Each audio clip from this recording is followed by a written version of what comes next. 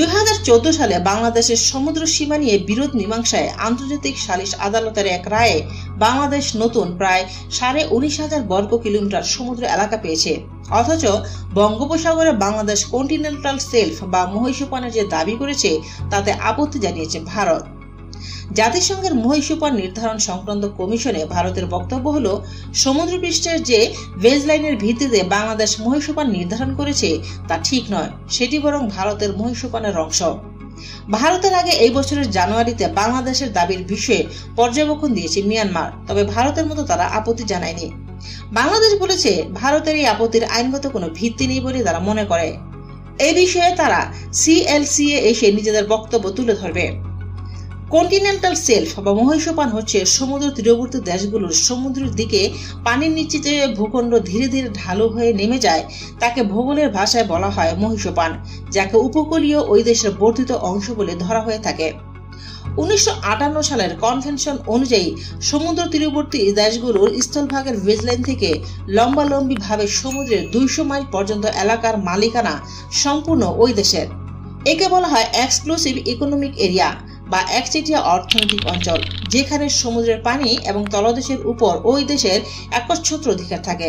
সেখানকার সমুদ্রে অন্য কোনো দেশ মাছ ধরতে পারে না। এরপর থেকে 150 মাইল পর্যন্ত সীমার সমুদ্র তলদেশের খনিজ সম্পদের মালিক হবে ওই দেশ, তবে পানিতে থাকা মাছ ধরতে পারবে অন্য দেশও। এই পুরো 350 মাইলকে ওই দেশের মহীসোপান বলা হয়। দেশের আকার ভেদে এই মহীসোপানের দৈর্ঘ্য কম বেশি হতে পারে, যেমন অস্ট্রেলিয়ার মহীসোপানের আয়তন আরো অনেক বেশি। বাংলাদেশ নিজের ভূখণ্ড থেকে লম্বাভাবে 350 মাইল এলাকার মহীসোপান নিজের বলে জাতিসংঘে দাবি করেছে। মহীসোপান মূলত একটি দেশের সীমানারই অংশ। ভূখণ্ডের মতো সাগরের এই মহীসোপানের নানা দিক থেকে গুরুত্বপূর্ণ। সেই সঙ্গে মহীসোপানের যে বর্ধিত অংশটি থাকে বাংলাদেশের ক্ষেত্রে যেমন আরো 150 মাইল, সেটিও আসলে ওই দেশের একটি বর্ধিত অংশই। এখানে উদাহরণ দিয়ে বলা যায়, বর্ধিত অংশের পানি বাংলাদেশ সহ অন্য দেশ মাছ ধরতে যেমন পারবে, ফলে তার মৎস্য আহরণের সীমানা আরো বিস্তৃত হচ্ছে। কিন্তু সবচেয়ে গুরুত্বপূর্ণ হচ্ছে, এই মহীসোপান এলাকায় পানির নিচে পাওয়া সব খনিজ সম্পদের মালিক হবে দেশটি। যেমন বাংলাদেশের একচেটিয়া অঞ্চলের 200 মাইল আর বর্ধিত মহীসোপানের 150 মাইল, এই 350 মাইলে পাওয়া যে কোনো খনিজ সম্পদের মালিক হবে বাংলাদেশ।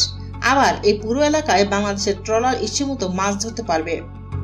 মহীসোপান সব দেশের কাছে বিশেষ গুরুত্বপূর্ণ, কারণ সাধারণত মহীসোপান এলাকার ভেতরে তেল বা গ্যাস বা অন্য খনিজ সম্পদ পাওয়া যায়, তা উত্তোলন খরচ কম হয়ে থাকে, ফলে সেটি উত্তোলনযোগ্য এবং ব্যবহারযোগ্য হয়ে থাকে।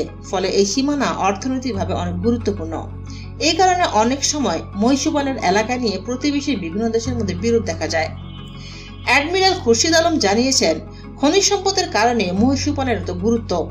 তেল, গ্যাস, সালফার, মেটালিক মডিউল, কোবাল সবকিছুর মালিক আপনি। যেমন এইসব এলাকার মধ্যে বাংলাদেশের বেশ কয়েকটি প্রাকৃতিক গ্যাসের ব্লক রয়েছে। 2014 সালে বাংলাদেশের সমুদ্র সীমা নিয়ে বিরোধ মীমাংসায় আন্তর্জাতিক সালিশ আদালতের এক রায়ে বাংলাদেশ নতুন প্রায় 19,500 বর্গ কিলোমিটার সমুদ্র এলাকা পেয়েছিল। এর মধ্য দিয়ে নিজস্ব সমুদ্র সীমার বাইরে মহীসোপানে এক বিরাট এলাকার উপর বাংলাদেশের সার্বভৌমত্ব প্রতিষ্ঠিত হয়েছে। এই এলাকায় মৎস্য আহরণ এবং সমুদ্রের তলদেশে প্রাকৃতিক সম্পদ অনুসন্ধান এবং উত্তোলনে বাংলাদেশের অধিকার নিশ্চিত হয়েছে বলে বাংলাদেশের কর্মকর্তারা বলেছেন।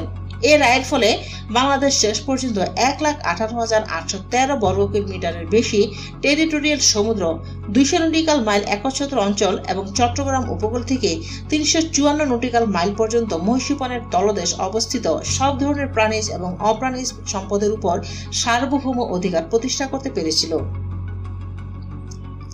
2011 সালে জাতিসংঘে মহীসোপানে নিজেদের প্রাপ্য দাবি করে আবেদন করে বাংলাদেশ, যদিও 2020 সালের অক্টোবর ওই দাবির বিষয়ে সংশোধনী দেয় ঢাকা। বাংলাদেশ নিজেদের মহীসোপান এলাকা দাবি করে 2011 সালে জাতিসংঘের মহীসোপান নির্ধারণ বিষয়ক কমিশনে আবেদন করেছিল। মিয়ানমার এবং ভারতের সঙ্গে সমুদ্র সীমা নির্ধারণ বিষয়ক আন্তর্জাতিক মামলায় যথাক্রমে 2012 এবং 2014 সালে প্রদত্ত রায়ে বাংলাদেশ জয়লাভ করে। সেই রায়ে মহীসোপানের সীমানা আলাদাভাবে নির্ধারণ করার কারণে 2020 সালের অক্টোবরে বাংলাদেশ সিএলসি এসে সংশোধনী জমা দেয়। গত শুক্রবার ওই সীমানার ব্যাপারে আপত্তি দিয়ে ভারত বলেছে, বাংলাদেশ ভূখণ্ডের যে বেজলাইনের উপর ভিত্তি করে মহীসোপান নির্ধারণ করেছে সেটির মাধ্যমে ভারতের মহীসোপানের একটি অংশ দাবি করছে বাংলাদেশ। এছাড়া সেখানে বঙ্গোপসাগরে থাকা গ্রে এরিয়া সম্পর্কে বাংলাদেশ কোনো তথ্য দেয়নি। এর আগে ভারত যে বেজলাইনের ভিত্তিতে মহিষুপানের দাবি তুলেছিল সেটির বিরুদ্ধেও বাংলাদেশ 2009 সালে আপত্তি জানিয়েছে। সেই আপত্তি এখনো রয়েছে। যদিও বঙ্গোপসাগরের প্রতিবেশী আরেক দেশ মিয়ানমার বাংলাদেশের মহিষুপান দাবি শুধু কোনো আপত্তি তোলেনি।